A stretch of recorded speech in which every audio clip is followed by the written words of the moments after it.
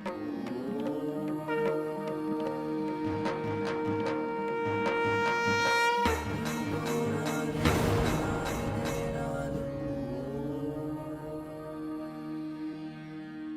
ओम तत्सत।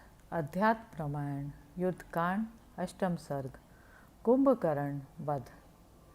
जेहि के जेहि पर सत्य सनेहु, सो तेहि मिलई ना कछु संदेहु। सत्य को कोई छिपा नहीं सकता, सत्य का सूर्य उदय जरूर होता है। श्री महादेव जी पार्वती जी से बोले। कुंभकर्ण के ये वचन सुनकर रावण का मुख और भृकुटी क्रोध से विकराल हो गए और उसने मानो आसन से उछलते हुए इस प्रकार कहा, मैं जानता हूँ तुम बड़े बुद्धिमान हो, किंतु इस समय मैंने तुम्हें ज्ञान उपदेश करने के लिए नहीं बुलाया। यदि तुम्हें अच्छा लगे तो मेरे कृत्य को ठीक मानकर युद्ध करो, नहीं तो जाओ और शयन करो। तुम्हें इस समय नींद सता रही होगी। रावण के इस प्रकार के वचन सुनकर महाबली कुंभकर्ण यह जानकर कि रावण रुष्ट हो गया है, तुरंत युद्ध के लिए चल पड़ा।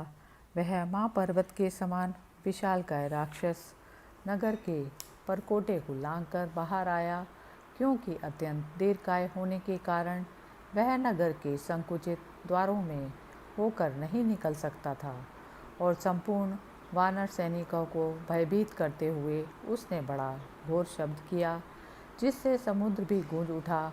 फिर वह अत्यंत क्रुद्ध हो अपनी भुजाओं से वानर को निगल निगल कर नष्ट करने लगा। तब तो जिस प्रकार समस्त प्राणी यमराज को देखकर भागते हैं, उसी प्रकार समक्ष पर्वत के समान विशालकाय कुंभकर्ण को देखकर समस्त वानरगण भागने लगे। इसी समय महाबली कुंभकर्ण को बंदूक धारण करके वानर सेना में घूमते, ठोर ठोर वानरों को मारते, उन्हें अत्यंत वेग से भक्षण करते और अपने मुदगर और लात और घूंसों से नाना प्रकार के कुचलते देख परम बुद्धिमान गदापाणी विभीषण ने उस अपने ज्येष्ठ भ्राता के चरणों में प्रणाम किया और कहा, हे महामते, मैं आपका भाई विभीषण हूँ, आप मुझ पर दया करें।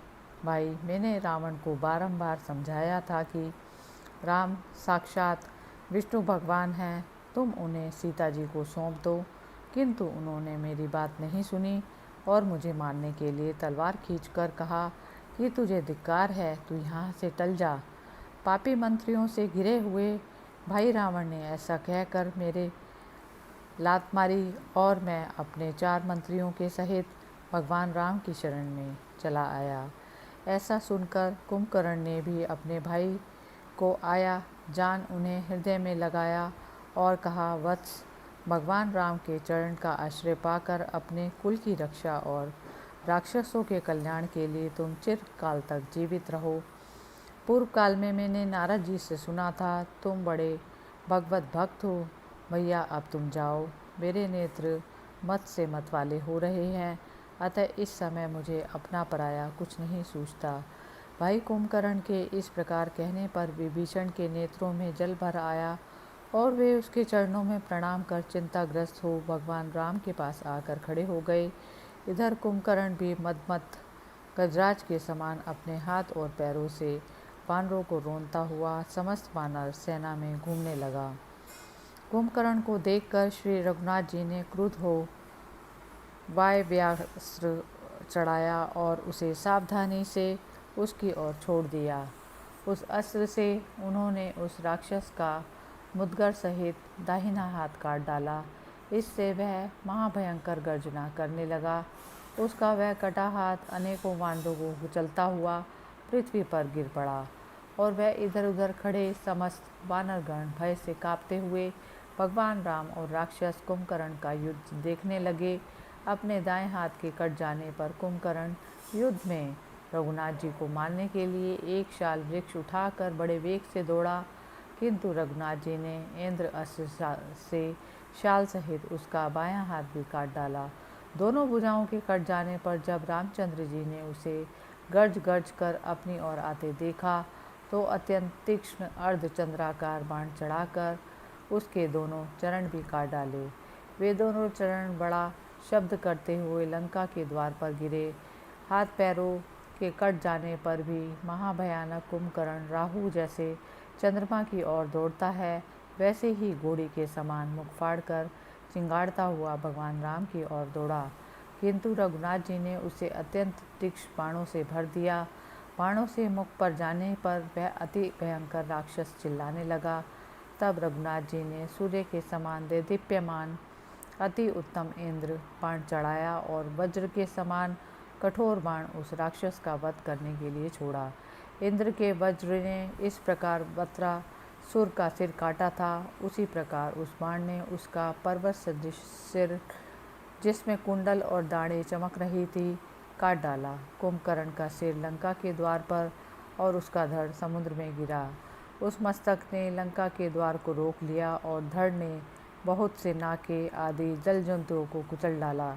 इस प्रकार कुंभकर्ण के मर जाने पर ऋषियों के सहित देवगण अथवा अप्सराओं के सहित गंधर्व, नाग, पक्षी, सिद्ध, यक्ष और गोयग आदि अत्यंत प्रसन्न होकर श्री रघुनाथ जी पर पुष्पावली बरसाते हुए उनकी स्तुति करने लगे।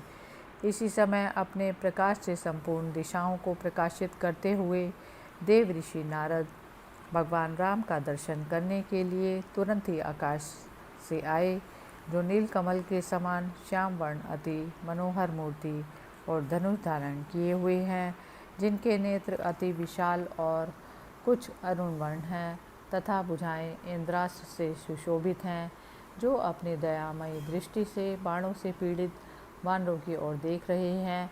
उन भगवान राम का दर्शन कर श्री नारद जी से भक्ति से गदगद कंठ होकर इस प्रकार स्तुति करने लगे।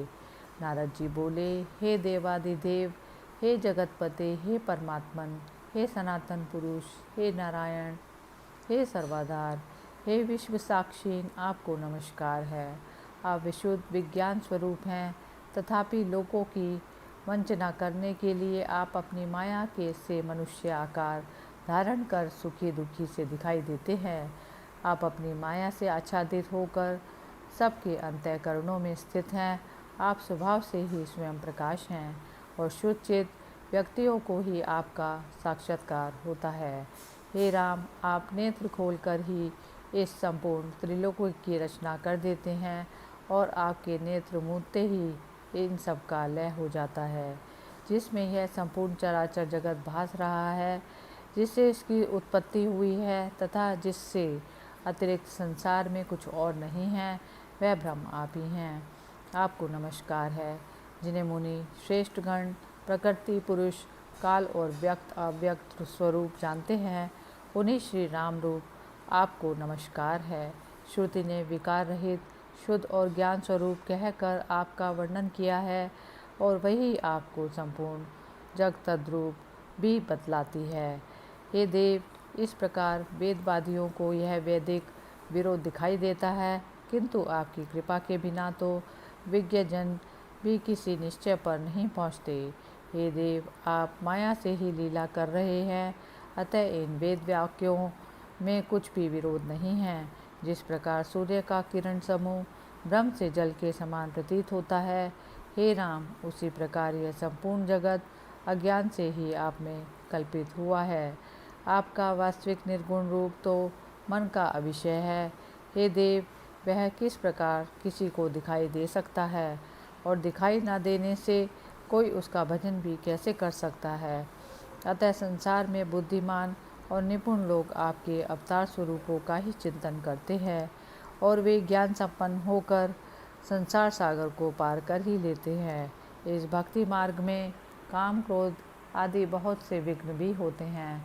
वे बिल्ली जिस प्रकार चूहे को डराती है, उसी प्रकार चित्त को सर्वदा भयभीत करते रहते हैं। हे राम, जो लोग निरंतर आपका नाम स्मरण करते हैं, आपके रूप का हृदय ध्यान करते हैं, आपकी पूजा में तत्पर रहते हैं, आपके कथा अमृत का पान करते रहते हैं तथा आपके भक्तों का संग करते हैं, उनके लिए यह संसार गोखुर के समान तुच्छ हो जाता है। अतः मैं हृदय से आपका सर्वदा सगुण रूप का ध्यान करता हूँ। जीवन मुक्त होकर लोकांतरों में विचरता हूँ और समस्त देवताओं से पूजित होता हूँ। हे राम, आपने देवहित की कामना से यह बहुत बड़ा काम किया है। हे प्रभु, इस कुंभकर्ण के वध से आज पृथ्वी का भार उतर गया। कल लक्ष्मण जी युद्ध में इंद्रजीत को मारेंगे और परसों आप रावण का वध करेंगे। हे देवेश्वर, मैं सिद्धों के साथ आकाश में स्थित होकर यह सब चरित्र देखूंगा। हे देव, आप मुझ पर दया दृष्टि रखें। अब मैं स्वर्गलोक को जाता हूँ। ऐसा कह मुनिवर भगवान नारद जी श्री रामचंद्र जी की आज्ञा पा देवताओं से पूजित हो पापहीन ब्रह्मलोक को चले गए। बिना प्रयास ही अद्भुत कर्म करने वाले भगवान राम द्वारा महाबली भाई कुंभकर्ण को मारा गया सुन रावण अत्यंत शोकाकुल हुआ और मूर्छित होकर पृथ्वी पर गिर पड़ा। मूर्छा निवृत्त होने पर उठकर विलाप करने लगा। तब इंद्रजीत ने अपने चचा को मारा गया और पिता को अति विह्वल सुन अपने शोकाकुल पिता से कहा, हे मामते, शोक दूर कीजिए। हे राजेंद्र, मुझ महाबली मेघनाथ के जीते हुए आप दुख का कारण क्यों हैं? हे देवताओं के काल स्वरूप महाबुद्धिमान पृथ्वीपते, अपना समस्त दुख छोड़कर आप शांत होइए। मैं अभी सब कुछ ठीक किए देता हूँ। इन शत्रुओं को मैं अवश्य मारूंगा। इस समय मैं निकुंभिला गुफा में जाता हूँ। वहाँ अग्नि को तृप्त कर रथ आदि प्राप्त करूँगा। इससे मैं शत्रुओं के लिए अजय हो जाऊँगा। ऐसा कह वह निर्दिष्ट यज्ञशाला में गया। उस निमकुला के स्थान पर उसने रक्त वर्ण वस्त्र, रक्त पुष्पों की माला, रक्त चंदन का लेप लगाकर हवन करना आरंभ किया। जब विभीषण को मेघनाथ ने इस कार्य का पता लगा, तब उन्होंने उस दुरात्मा के होम आरंभ का सारा समाचार श्री रामचंद्र जी को सुनाया और कहा, हे राम, यदि दुरात्मा मेघनाथ का यह होम निर्विघ्न समाप्त हो गया तो वह देवता या असुर किसी से भी नहीं जीता जा सकेगा। अतः मैं शीघ्र ही लक्ष्मण जी के द्वारा उस रावण कुमार का वध कराई देता हूँ। आप बलवानों में श्रेष्ठ श्री लक्ष्मण जी को मेरे साथ जाने की आज्ञा दीजिए। इसमें संदेह नहीं, आपके छोटे भाई लक्ष्मण जी मेघनाथ को अवश्य मार डालेंगे। श्री रामचंद्र जी बोले, समस्त राक्षसों को मारने वाले महान आग्नेय अस्त्र से अपने शत्रु इंद्रजीत को मारने के लिए मैं स्वयं ही आऊँगा। तब विभीषण ने कहा, यह राक्षस किसी और से नहीं मारा जा सकता जिसने 12 वर्ष तक निद्रा और आहार को छोड़ा हो। ब्रह्मा जी ने इस दुरात्मा की मृत्यु उसी के हाथों निश्चित की है। हे रघुनाथ जी, ये लक्ष्मण जी जब से अयोध्या से निकलकर आपके साथ आए हैं, तभी से आपकी सेवा में लगे रहने के कारण निद्रा और आहार आदि तो जानते ही नहीं। हे राजेंद्र, मैं ये सब बातें जानता हूँ। अतः हे देवेश्वर, आप शीघ्र ही लक्ष्मण जी को मेरे साथ जाने की आज्ञा दीजिए। ये साक्षात धराधारी शेषनाग है, इसमें संदेह नहीं। उस राक्षस को ये अवश्य मार डालेंगे। आप ही साक्षात जगतपति नारायण हैं और लक्ष्मण जी ही शेषनाग हैं। आप दोनों इस संसार रूपी नाटक के सूत्रधार हैं और पृथ्वी का भार उतारने के लिए ही आपने जन्म लिया है। इति श्रीमद् अध्यात्म रामायणे उमा महेश्वर संवादे युद्धकांडे अष्टम सर्गः समाप्तः। हरि ओम तत्सत्। मंगल भवन अमंगलहारी, द्रवौ सुदशरथ अजिर बिहारी। दीन दयाल विरद संभारी, हरौ नाथ मम संकट भारी। राम सिया राम, सिया राम जय जय राम। राम सिया राम, सिया राम जय जय राम। ओम नमः शिवाय।